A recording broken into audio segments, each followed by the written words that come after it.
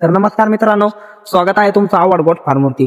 तर मित्रांनो, बरेच जण म्हणतात की तुम्ही का म्हणतात की बिट्टलमध्ये कामकाज करू नका. तर मित्रांनो, बिट्टलमध्ये कामकाज करा तुम्ही. पण काही शेतकऱ्यांसोबत काय घडतंय की शेतकरी ज्या भावात जे नग घेतायत बिट्टलचे, प्युअर बिट्टलचे, त्या भावात त्यांच्याकडून विक्री होत नाहीत.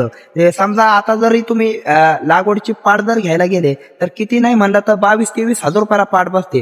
तर ज्यावेळेस शेतकरी तेवढीच पाट जर विकायला काढतात तर त्यांच्याकडून त्या भावात कोणी घेत नाही. तर व्यापारी लोक काय करतात की कटिंगच्या हिशोबाने वजनानुसार घेतात. तर ती त्यांच्याकडून केवढ्याला जाती, 10 ते 11 हजार रुपयाला जाती. तर मित्रांनो, त्याच्यामध्ये निम्मा तोटा होतो.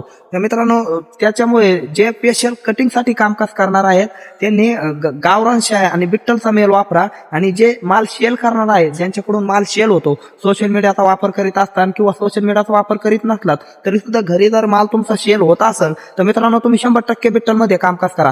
पण तुम्ही जर कटिंगसाठी जर कामकाज करीत असताल तर तुम्हाला बिट्टल जात ही मेळ खाणार नाहीये. त्याच्यामुळे त्या जागेवरती तुम्ही कटिंगसाठी उस्मानाबादी आणि गावरान या 2 व्हरायटी वापरू शकतात. याच्यामध्ये खूप जास्त फायदामन आहे. कारण की काय होतं, तुम्ही ज्या भावामध्ये बिट्टलच्या पाठी घेतायत, ज्या भावामध्ये बिट्टलचे मेल घेतायत, त्या भावामध्ये तुमची विक्री झाले पाहिजे तर तुम्हाला परवडतं, नाही तर परवडत नाहीये.